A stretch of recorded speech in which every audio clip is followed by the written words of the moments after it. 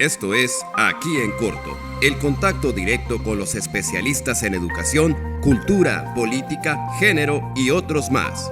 Aquí en Corto, por el Colegio de Sonora. Bienvenidas y bienvenidos al programa del Colegio de Sonora. El propósito de esta conversación es acercar a tomadores de decisiones, a especialistas y al público en general al conocimiento generado en esta casa de estudios, que aborda problemáticas tanto regionales como nacionales e internacionales desde las ciencias sociales y las humanidades. Hoy tenemos el gran gusto de contar con la presencia del doctor Ignacio Lorenzo Almada Bey. El doctor Almada es médico de formación. Cuenta con una maestría en salud pública por la Universidad de Harvard. Es doctor en Historia por el Colegio de México y se desempeñó como el primer secretario general del Colegio de Sonora, posteriormente como rector de nuestra institución.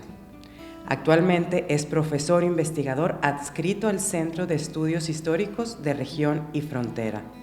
Por supuesto, miembro del Sistema Nacional de Investigadores e Investigadoras, y cuenta con varios premios y reconocimientos, destacando algunos como la presea Vito Alessio Robles al Mérito Histórico 2016, otorgado por el Gobierno del Estado de Coahuila a través del Centro Cultural Vito Alessio Robles.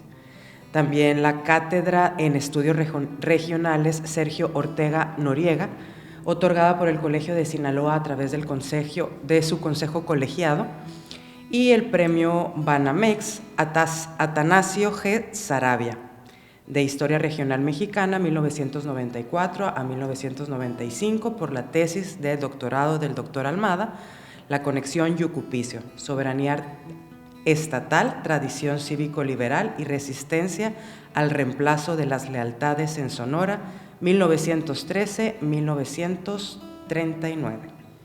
Bienvenido, querido doctor Almada. Es un verdadero gusto poder estar platicando aquí, en corto, con usted. Muchas gracias, Janet, por esta bienvenida tan cálida. Gracias, Daniel, por el apoyo. Y aquí encantado de conversar frente a los micrófonos para llegar al público que sigue los resultados de las investigaciones que emprendemos en el Colegio de Sonora.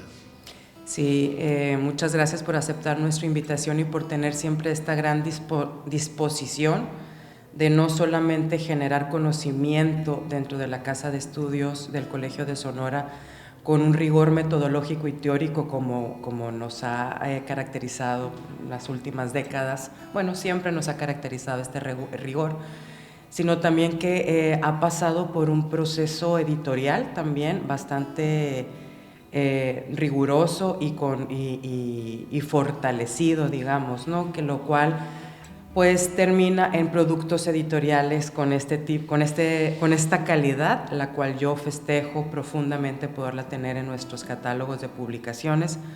Le felicito ampliamente por todo este trabajo. Muchas gracias. Que sé que no es un trabajo que comenzó ayer, que es de largo aliento, que tiene mucho tiempo en su cabeza. Y precisamente hoy vamos a explorar un poquito esta joya literaria que ha descubierto. Y pues como dice el dicho, ¿no? Me gustaría empezar con un dicho. Dice el dicho que quien divulga el secreto ajeno mal puede guardar el suyo propio. Así que yo espero que nos pueda contar varios secretos detrás de esta publicación, sobre todo para las personas para que nos puedan escuchar las personas que no son especialistas en estos temas, ¿no? En la historia y en este tema en particular, y poderles sembrar esa semilla del interés por la lectura del libro. Claro que sí, con mucho gusto lo haré.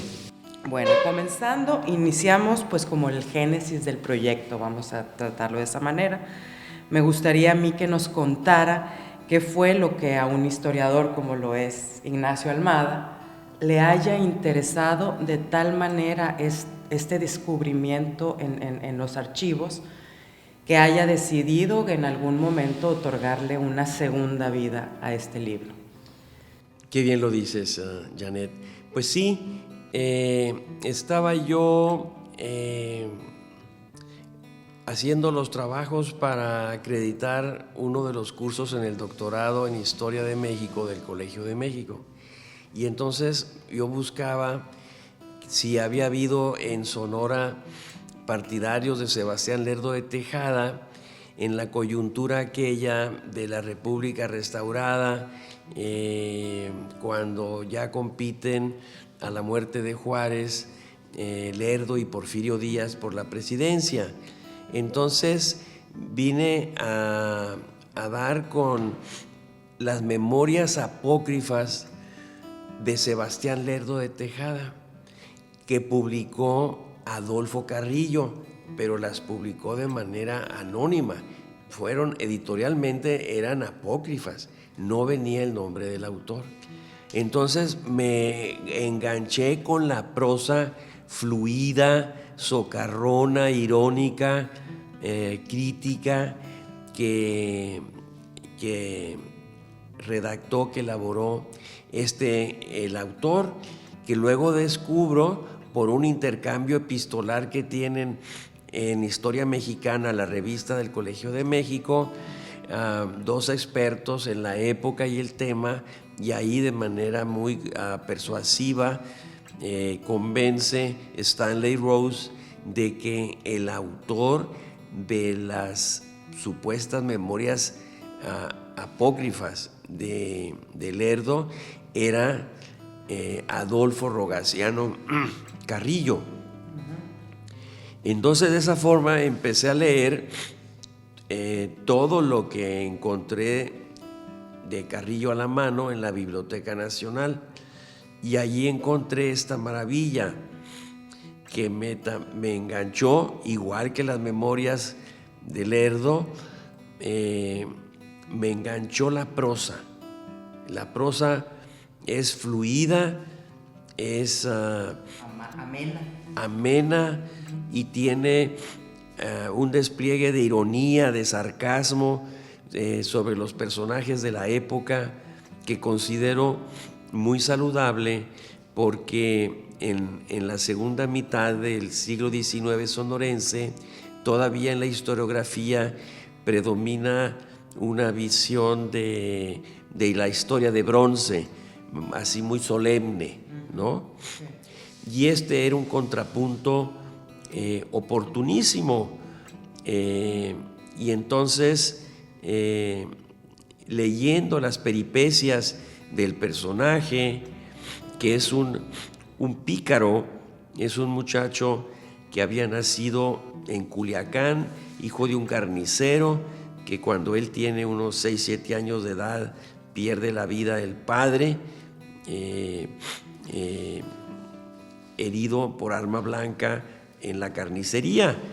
Y ahí ya viene una serie de zigzag en su trayectoria, donde en un principio lo protegen 2 sacerdotes en Culiacán, y ya luego, por cierto, el segundo es sonorense, con el que se identifica mucho y le aprende trucos para jugar cartas, ¿no?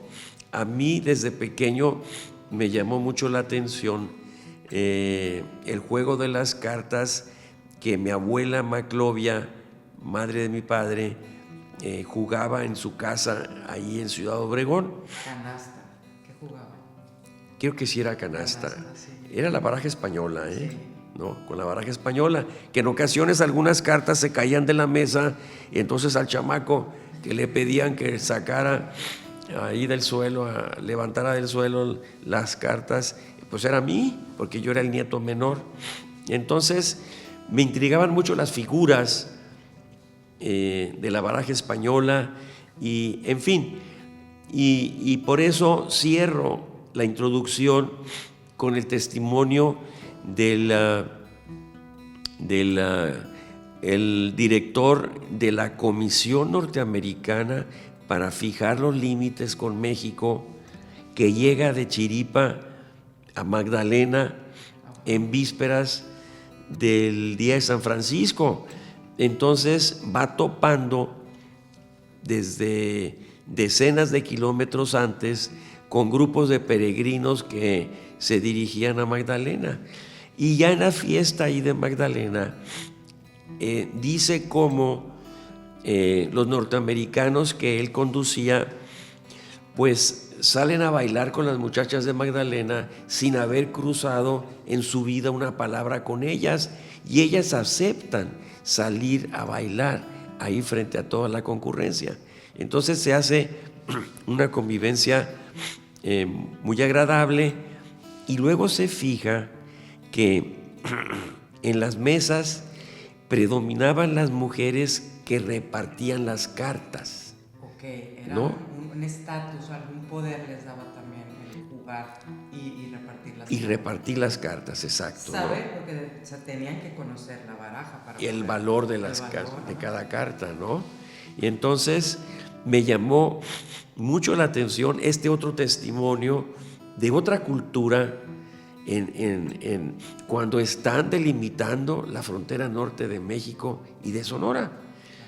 Entonces, con eso cierro la introducción, pero regresando, él aprende estos trucos de la baraja con este sacerdote en Culiacán.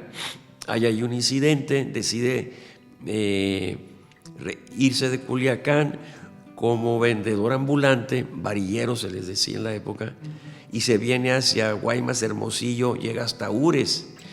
En la época que está aquí Sonora muy dividida entre gandaristas contra pesqueiristas, gandaristas contra urreístas, y entonces luego viene la división entre republicanos e imperialistas.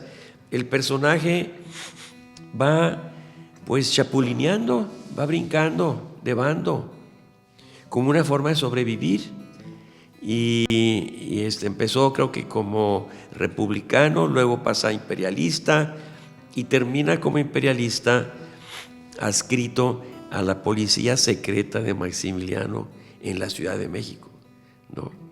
Entonces había venido desde un militar de medio pelo en las fuerzas republicanas, que se envuelve en la grilla de la sucesión del gobernador de Sinaloa, porque había tropas de Sonora en Sinaloa en ese momento.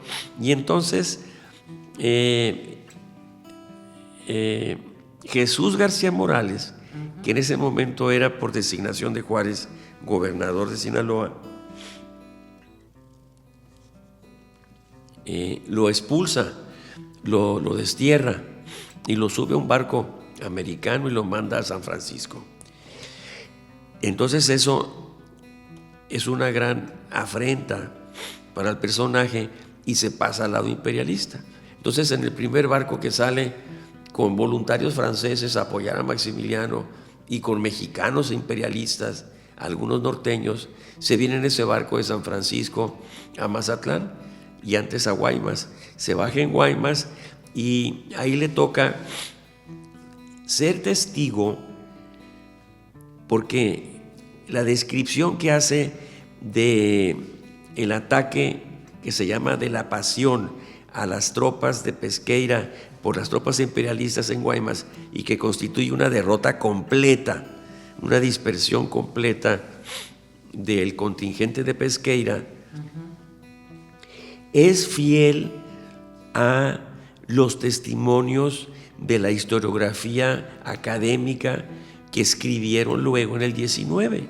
Entonces fue un testimonio, o a él le tocó, a Carrillo le tocó ver toda esa transición.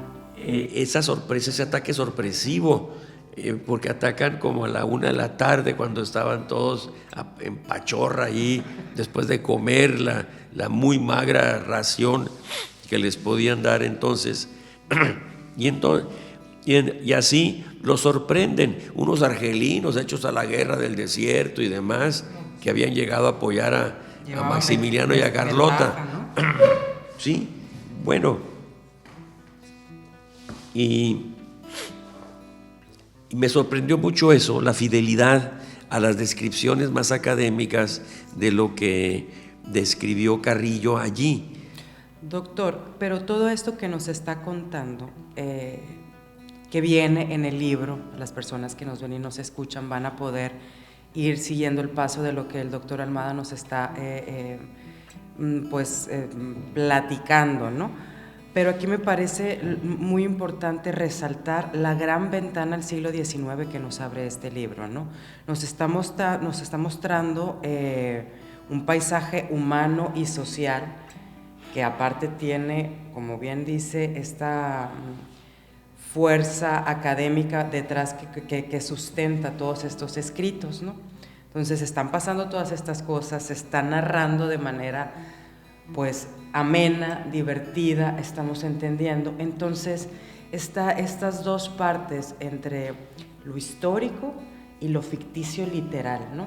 Entonces a mí me gustaría que nos platicara las personas que no somos especialistas en temas históricos lo relevante que es entrar a esta ventana de la historia a través de unas memorias tan divertidas, porque al final, aunque tiene bastantes vicisitudes y que tiene todo el drama que implica que una persona nacida en las condiciones en las que nos está contando en Sinaloa, en Culiacán, termine viviendo en París y siendo un marqués, ¿no? Entonces a mí lo que me interesa mucho es que nos ayude a saber si es importante o no para un lector común, para un lector que no es especialista en la historia.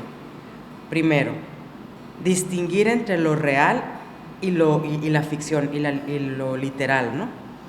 O lo literario. Y la otra, es importante eso, que un lector normal, sin tener un grado de especialidad en la historia, tenga que distinguir eso, porque de repente lo estoy leyendo yo y es tan ameno que me parece irrelevante tener conocimiento previo si algún investigador encontró el sustento, ¿no?, de lo que se está contando aquí. Pero por otro lado también está este personaje Camonina, Jorge Camonina, que al final sí tiene, está tomado totalmente de una persona real, de Jorge Carmona.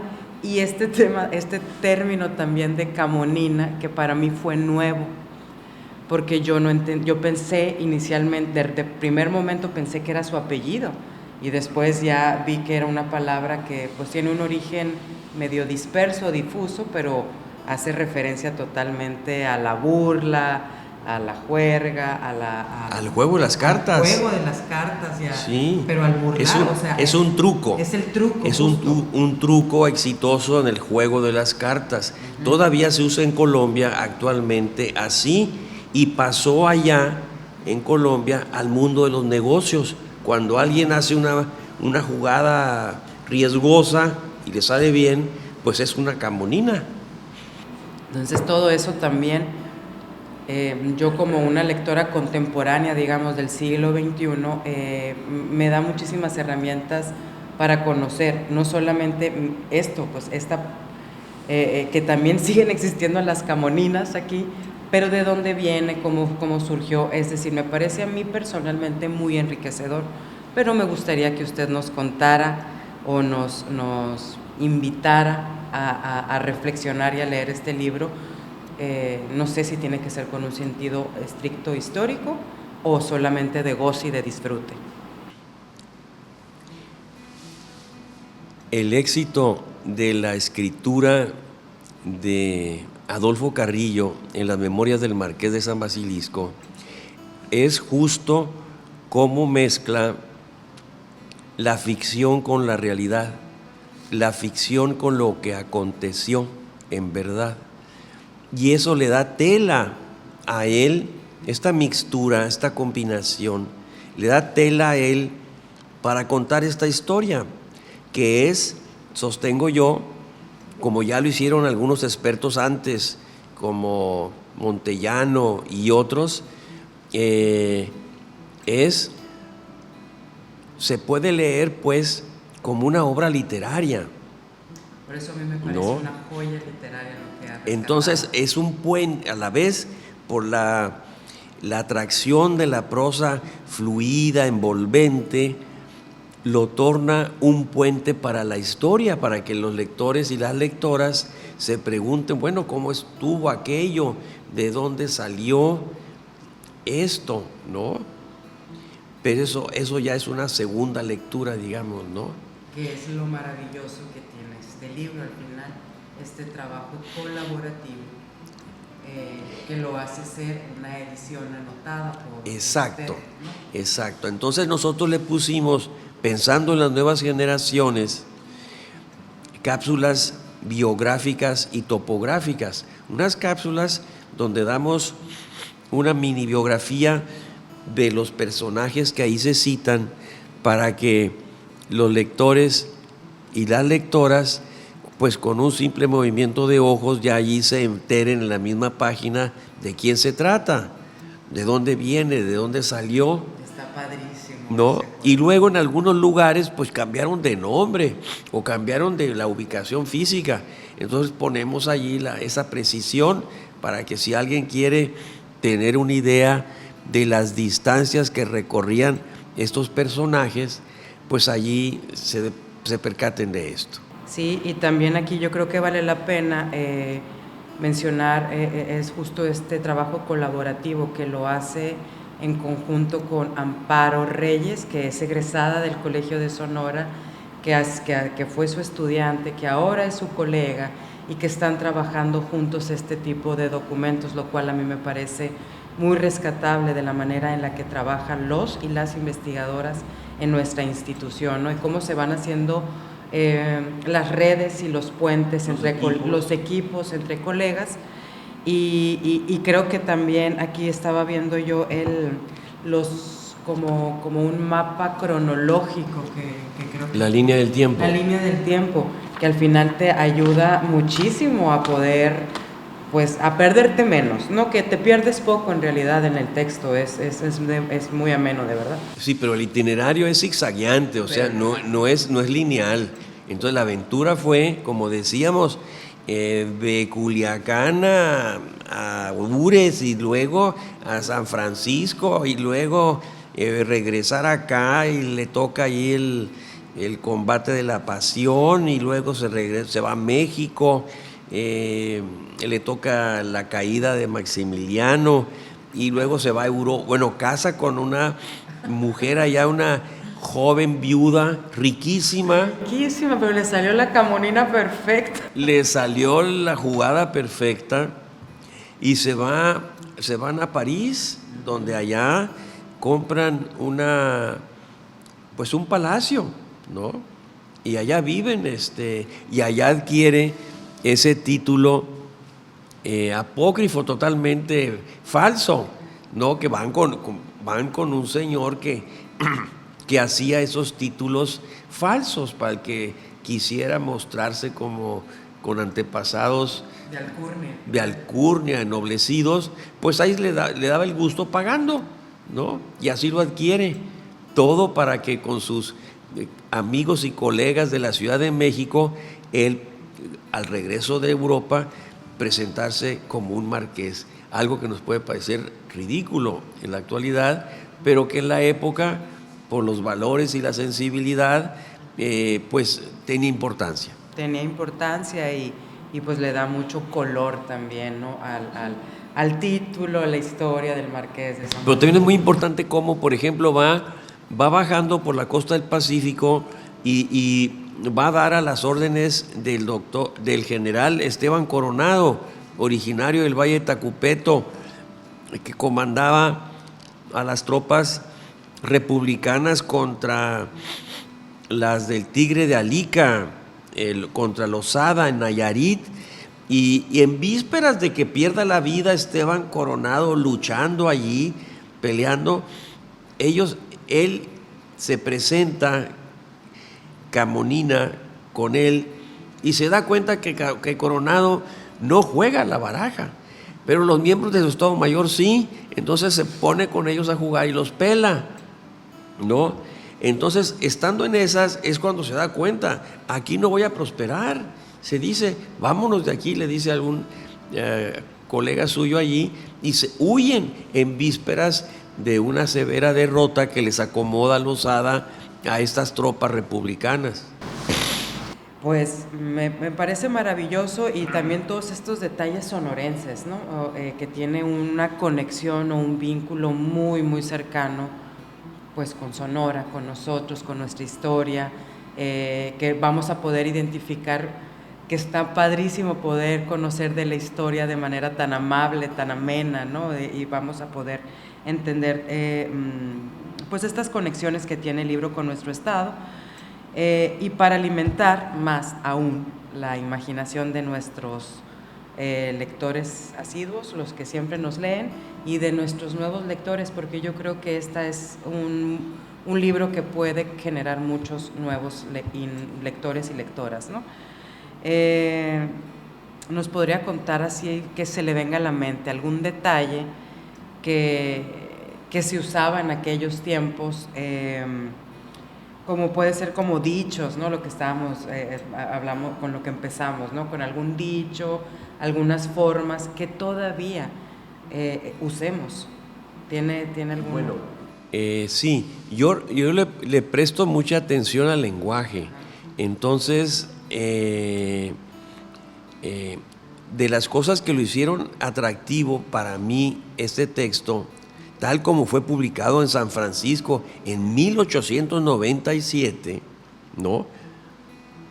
Es que rescata, por ejemplo, y me enterneció, una canción dedicada al río Mayo, donde ubica a la muchacha, ¿no? A la pretensa, a la chica, allí y está en la orilla, la canción. En la orilla del río Mayo, sí, ¿no? Entonces es una canción de la década de los 860. Entonces me pareció una riqueza formidable que Carrillo la haya recogido y yo la mantenga allí, la respete obviamente, y la subraye, así como otros refranes a los que es muy afecto de usar el personaje, que por cierto, ya Carrillo en las memorias de Lerdo de Tejada usaba refranes para quitarle lo tieso a sus personajes, lo solemne, ¿no? Claro, sí. Y entonces está por entrar a ser recibido por el emperador Maximiliano, y está allí burlándose internamente de los atuendos y demás de algunos generales, disque, que estaban allí esperando algún ascenso, algún reconocimiento, etcétera, ¿no? Es un diálogo interno riquísimo el que se vive a través de todos estos refranes, dichos y demás.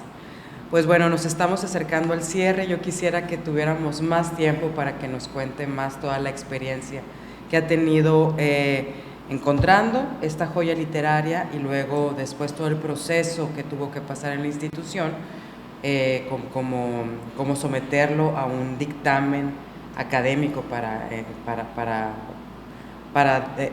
decir si tiene o no la pertinencia de su publicación. Todo esto me gustaría platicar mucho más quizás en otra ocasión, pero ahorita, para ir cerrando, yo creo que me quedo con que este libro es un libro que está en acceso abierto, que está en impreso y que lo pueden buscar en la página del Colegio de Sonora de Publicaciones, que es libros.edu.mx, y también me pueden escribir directamente al correo electrónico de publicaciones@colson.edu.mx para adquirir el libro en formato impreso. Muchísimas gracias por su atención y nos vemos en la próxima emisión del programa del Colegio de Sonora. Esto fue Aquí en Corto, una producción del Colegio de Sonora en Radio Universidad.